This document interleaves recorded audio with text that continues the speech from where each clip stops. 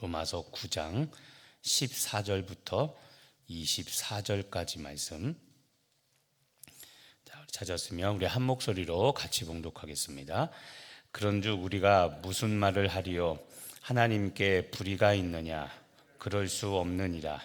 모세에게 이르시되 내가 긍휼히 여길 자를 긍휼히 여기고 불쌍히 여길 자를 불쌍히 여기리라 하셨으니, 그런즉 원하는 자로 말미암음도 아니요 다른 박질하는 자도 말미암음도 아니요 오직 긍휼히 여기시는 하나님으로 말미암음이니라. 성경이 바로에게 이르시되 내가 이 일을 위하여 너를 세웠으니 곧 너로 말미암아 내 능력을 보이고 내 이름이 온 땅에 전파되게 하려 함이라 하셨으니, 그런즉 하나님께서 하고자 하시는 자를 긍휼히 여기시고 하고자 하시는 자를 완악하게 하시느니라. 홍 내가 내게 말하기를 그러면 하나님이 어찌하여 허물하시느냐? 누가 그 뜻을 대적하느냐 하리니, 이 사람아 내가 누구이기에 감히 하나님께 반문하느냐? 지음을 받은 물건이 지은 자에게 어찌 나를 이같이 만들었느냐 말하겠느냐? 토기장이가 진흙 한 덩이로 하나는 귀히 쓸 그릇을 하나는 천이 쓸 그릇을 만들 고난이 없느냐? 만일 하나님이 그의 진노를 보이시고 그의 능력을 알게 하고자 하사 멸하기로 준비된 진노의 그릇을 오래 참으심으로 관용하시고 또한 영광받기로 예비하신 바 긍휼의 그릇에 대하여 그 영광의 풍성함을 알게 하고자 하셨을지라도 무슨 말을 하리요? 이 그릇은 우리니 곧 유대인 중에서뿐 아니라 이방인 중에서도 부르신 자니라. 아멘. 14절 보니까 하나님께 불의가 있느냐? 하나님께 불의가 있느냐? 로마서는 계속해서 유대인과 이방인의 구원을 예를 들어서 하나님은 차별이 없다, 하나님의 구원에는 차별이 없다라는 것을 이야기하고 있습니다. 근데 말씀드린 것처럼 유대인들은, 이스라엘 백성들은 자기들만 구원받는 것이 당연하고, 그렇지 이방인들이 구원받는 것에 대해서 불만이었습니다. 자, 주일 오후에도 이야기했죠. 로마 교회는 로마서잖아요. 우리가 지금 묵상한 데가요. 자, 로마 교회는 유대인들이 있었고 또 이방인 중에 개종한 그리스도인, 이방인들이 있었습니다.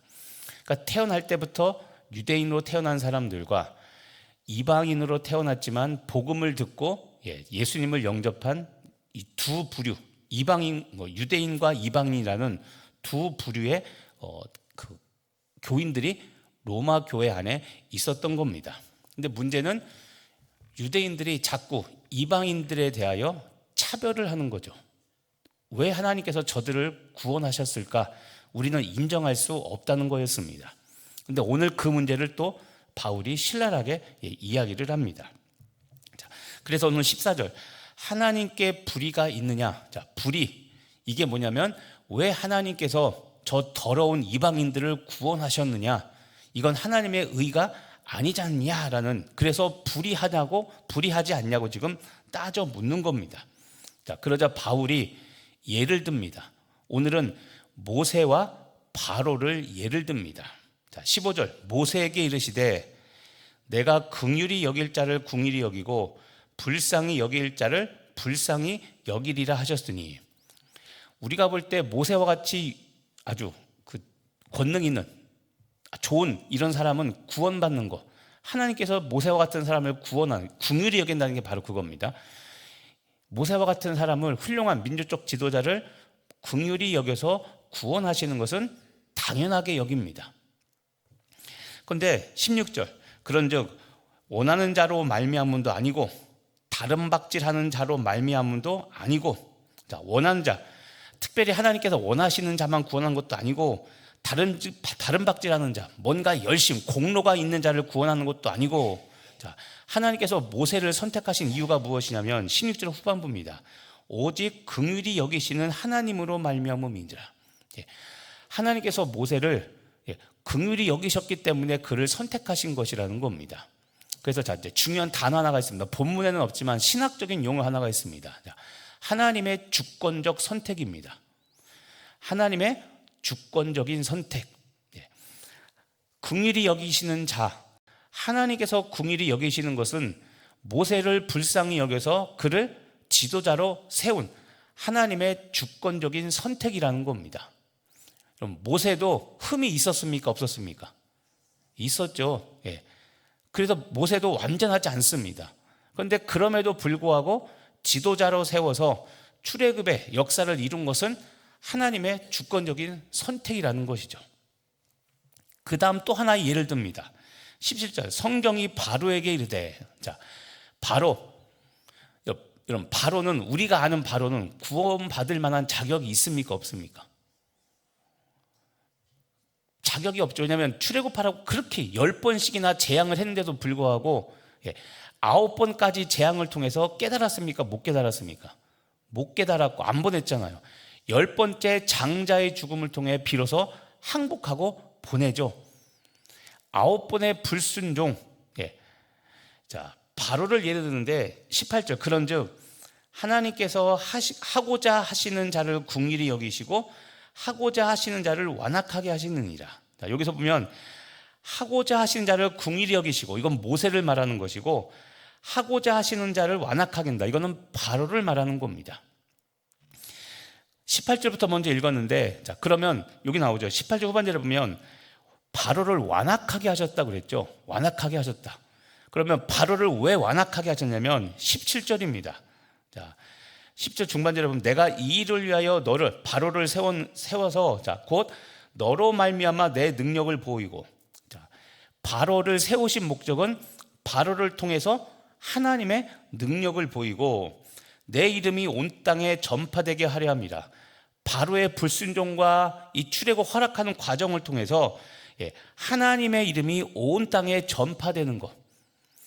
세상의 최강대국, 당시 최강대국 애굽 왕 바로도 하나님을 막지 못했다. 그리고 또 하나, 바로가 섬기는 파라오, 태양신이죠. 자, 중동 지역에서는 민족과 민족의 싸움을 그 민족이 섬기는 신들의 싸움으로 여겼습니다. 그러니까 출애굽을 어떻게 여겼냐면 이스라엘 백성들이 섬기는 야훼 하나님, 구약에 보면 야훼, 여호와 하나님과 애굽의 바로가 섬기는 태양신, 파라오, 이 두 신의 싸움으로 여겼던 겁니다. 그런데 결국 하나님이 이기죠. 그래서 출애굽을 허락하죠. 이게 뭐냐면 하나님이 바로가 섬기는 태양신보다 더 위대하다, 이게 하나님의 이름을 온 땅에 알리는 겁니다. 자, 이것을 위해서 하나님이 바로를 세우셨다는 겁니다. 특히 여러분 이 표현을 보십시오. 18절에 보면 후반절에 하고자 하시는 자를 완악하게 하시느니라. 이 말은 바로를 완악하게 하셨다는 겁니다. 그런데 여러분 잘못하면 하나님께서 그럼 바로를 완악하게 하셨으니까 하나님이 책임져야 될 거 아닙니까? 라는 이렇게 생각할 수 있는데, 여기서 바로를 완악하게 했다는 것은 하나님이 그렇게 악하게 만들었다는 것이 아니라 바로 스스로 마음을 완악하게 해서, 자, 로마서의 중요한 표현, 그냥 내버려 두셨다는 겁니다. 이거를 하나님께서 완악하게 하셨다는 표현으로 쓰고 있는 겁니다. 다시 말하면 하나님이 바로의 마음을 굳게 완악하게 만든 것이 아니라 바로 스스로 마음을 완악하게 해서 하나님의 구원을 거절했기 때문에 내버려 두셨다. 자, 기억하십니까? 로마서 1장 24절과 26절에 중요한 단어 하나가 나오죠. 자, 로마서 1장 24절에 보면 하나님께서 그들을 마음의 정욕대로 내버려 두사. 자, 로마서 1장에 이미 이것을 말했습니다. 내버려 두사. 그때도 이야기했지만 회개할 기회를 주고 하나님께서 죄를 깨닫게 해주셨는데도 불구하고 우리가 그것을 듣고 알았을 때 돌이키느냐 안 돌이키냐는 우리들의 선택입니다. 똑같습니다. 우리가 복음을 이상에 전했을 때 모든 사람이 복음을 다 받아들이지는 않습니다. 그렇죠? 그러니까 여러분 가족 구원이 어렵죠. 여러분이 아무리 복음을 전해도 여러분 가족 중에 안 돌이키잖아요. 안 믿잖아요. 소용이 없잖아요. 그러니까 이게 내가 뭐 기도가 부족하다 이런 것보다도 1차적인 원인은 본인이 하나님을 거부하는 겁니다. 자, 그럴 때 하나님께서 어떻게 하시냐? 강제로 마음의 문을 열고 들어가시는 것이 아니라 본인이 거절하고 하나님을 받아들이지 않다고 하면 아무리 기도하고 해도 본인이 믿어야 되잖아요. 이럴 때 쓰는 말이 내버려 둔다는 겁니다. 하나님께서 내버려 두신다. 그래서 로마서 1장 24절에 그들의 마음의 정욕대로 내버려 두사, 26절에는 그들의 부끄러운 욕심에 내버려 두사. 내버려 둔다는 말이 나오는데 바로 이것도 그 의미입니다. 바로의 마음을 완악하겠다는 것은 아까 말한 9번에 걸쳐서 마음의 문을 계속 두드립니다. 그런데도 바로는 이스라엘 백성들을 보내지 않죠. 이게 뭡니까? 바로 스스로 하나님을 거절하는 거죠. 그것을 오늘 완악하겠다는 그 표현인 겁니다. 그래서 오늘 지금 말한 모세와 바로의 예를 들면서 이런 바로에 대해서 하나님이 완악하다고 할 수 있느냐, 하나님이 불의하다고 할 수 있느냐, 14절에 그럴 수 없다는 겁니다. 하나님을 불의하다고 할 수 없다. 왜냐하면 바로 스스로 선택해서 하나님께서 내버려 두게 한 거기 때문에 하나님은 불의하지 않다라고 지금 이야기를 하는 겁니다. 그러면서 또 이야기를 하죠. 무슨 이야기냐면 19절 20절입니다. 특히 20절에 보면 내가 누구이기에 감히 하나님께 반문하느냐. 지음을 받은 물건, 피조물인 우리들이죠. 우리들이 지은 자, 창조주에 대해서 이같이 만들었냐고 우리가 반박할 수 있느냐. 바로의 마음이 완악해진 것을 가지고 우리들이 왜 하나님께서 바로의 마음을 완악하게 했습니까? 라고 따질 수 없다라는 겁니다. 하나님이 그렇게 만든 게 아니라 회개의 기회를 주고 믿을 수 있는 기회를 줬어도 바로가 끝까지 믿지 않고 불순종했기 때문에 바로의 완악함 때문이지 하나님의 구원이, 하나님의 사랑이 미치지 못했다고 말할 수 없다는 겁니다. 그러면서 21절 토기장이 예를 듭니다. 토기장이가 진흙 한 덩이로 하나는 귀히 쓸 그릇을, 하나는 천이 쓸 그릇을 만들 권한이 없느냐. 자, 여기서 기분 나쁘겠지만 잘 보시죠. 하나님, 토기장이로 비유한 하나님입니다. 하나님이 그릇을 만드는데 귀하게 쓰는 그릇도 만들고 천하게 쓰는 그릇도 만들 권한이 있다 없다? 있다라는 겁니다. 그런데 우리는 바람이 이거죠. 다 내가 귀한 그릇이 되었으면이라고 생각하죠. 근데 이건 비유입니다. 실제 귀하고 천하다는 것이 아니라 우리 모두는 하나님께서 다 귀하게 만드셨습니다. 문제는 사람들이 저런 것은 귀하다, 저런 것은 천하다라고 사람들이 만든 평가 기준 때문에 그런 거지, 하나님은 우리 모두를 다 똑같이 하나님의 형상대로 만드셨습니다. 그래서 제가 예전에 이런 말 많이 했죠. 하나님은 우리 모두를 다 서울대 가는 천재로 만들지 않으셨고 우리 모두가 다 부자가 되어 살도록 하나님은 우리 모두를 다 갑부로 만들지 않았습니다. 우리 중에 어떤 사람은 세상에서 말하는 머리가 좋아서 좋은 대학을 가고 좋은 직장에 취직해 돈을 많이 버는 사람도 있고, 어떤 사람은 좋은 대학은 못 가고 그냥 그저 그런 대학에 가서 직장 생활을 하며 살아가는 사람들이 있습니다.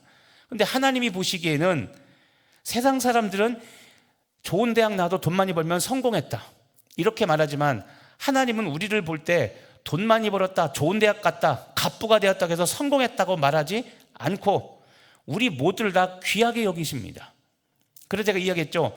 자, 서울대 나온 사람, 갑부가 된 사람, 이 사람들과 가난하게 사는 사람, 좋은 대학을 못 나온 사람, 머리가 안 좋은 사람, 이 사람, 자, 이 모든 사람을 구원하기 위해서 하나님께서 치른 대가가 같습니까? 다릅니까?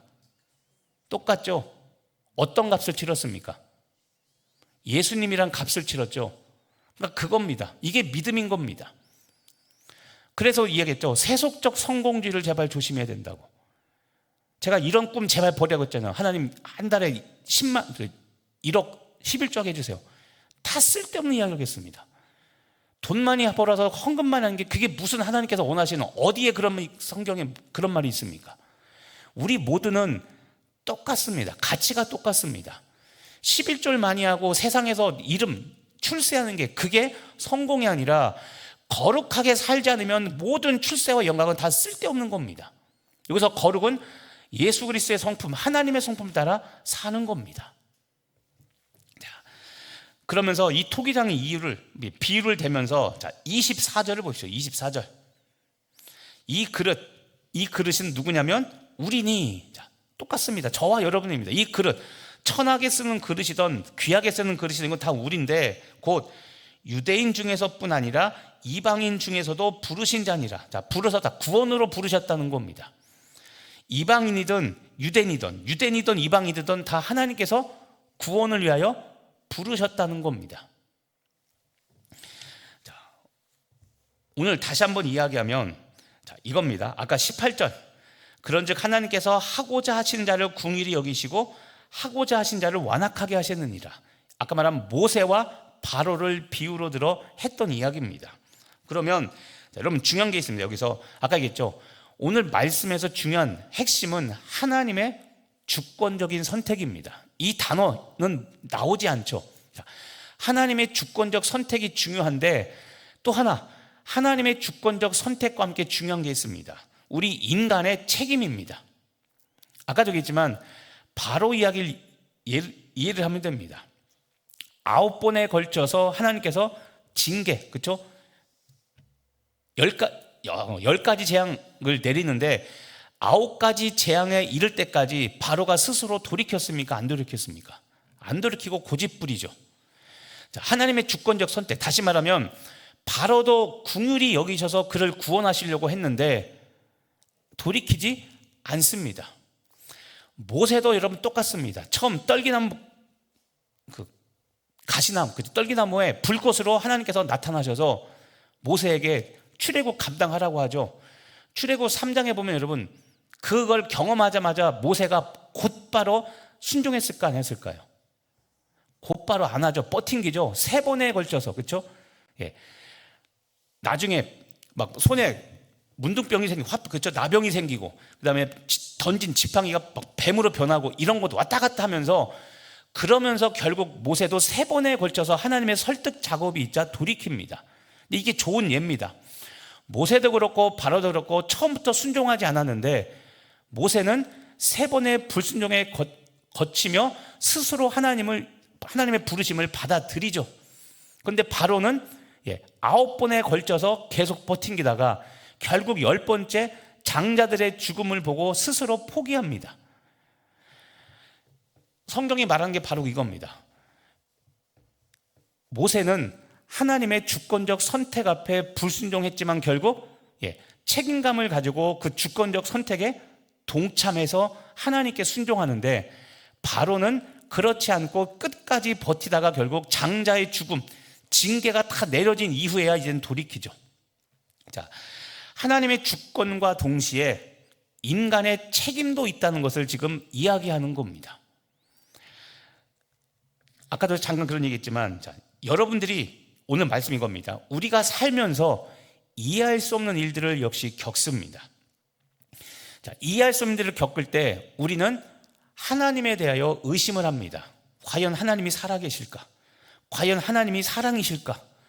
하나님이 살아계시다면 어떻게 악인이 이렇게 성공하는 것을 그냥 놔두실까? 그러니까 하나님의 사랑과 공의에 대하여 우리는 항상 의심을 합니다.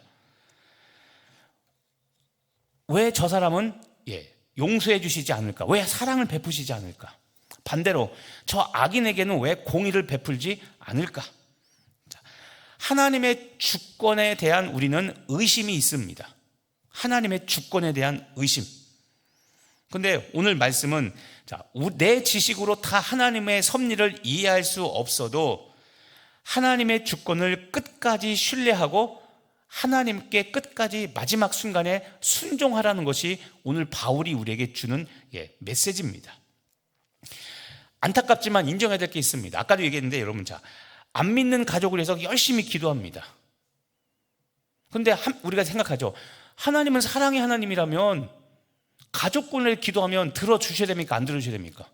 들어주셔야 되죠. 그런데 가족권이 참 어렵죠. 근데 아까 이야기했죠. 하나님이 사랑이 없어서 안 도와주시는 것이 아니라, 길을 안 드는 것이 아니라 그 사람의 책임도 있다는 겁니다. 그 사람이 믿고 돌이켜야 되는 것이죠. 이게 이제 교리적인 차이인 겁니다. 그래서 우리가 말하는 장로교, 칼빈주의는 이중 예정이라고 말합니다. 하나님께서 구원하실 사람과 지옥에 보낼 사람을 이미 정하셨다는 겁니다. 이중은 하나님께서 택하신 사람과 택하지 않은 사람, 이걸 말하며 이중 구원론을 말하는데, 웨슬리는 하나님이 그렇게 하셨기보다는 모든 사람이 구원받기를 원하시기 때문에 우리는 때를 얻든지 못 얻든지 복음을 전해야 된다고 말하는 겁니다. 자, 교리적인 차이는 있습니다. 그런데 오늘 우리는 이것을 이렇게 해석하는 겁니다. 지금 말한 하나님의 주권적인 선택도 있고 그거에 응하는, 순종하는 우리 인간의 책임도 있다고 우리 교단은 그렇게 보는 겁니다. 말씀을 정리하면서, 살다 보면 하나님의 섭리를 이해할 수 없는 때가 분명히 있습니다. 그런데 다시 말하지만 이해할 수 없어도 하나님의 주권적 선택을 신뢰하고 끝까지 믿고, 그리고 내가 해야 될 책임을 다하는 것, 그럴 때 하나님은 구원의 문을 여신다는 겁니다.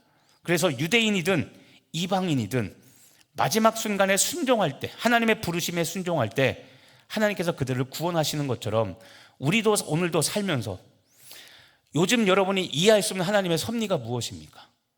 그런 것이 있다면 이해할 수 없어도, 여러분, 실수는 우리가 하지 하나님은 절대 실수하지 않습니다. 그러니까 끝까지 하나님을 신뢰하고 우리가 가야 될 순종의 길을 가라는 겁니다. 그때 하나님은 우리의 간절한 소원처럼, 하나님의 뜻에 맞는 그 소원처럼 그 모든 것을 이루어 주신다는 겁니다. 오늘도 그 믿음을 가지고 살아가는 여러분 되시기를 예수님의 이름으로 축복하며 기도합니다. 기도하겠습니다.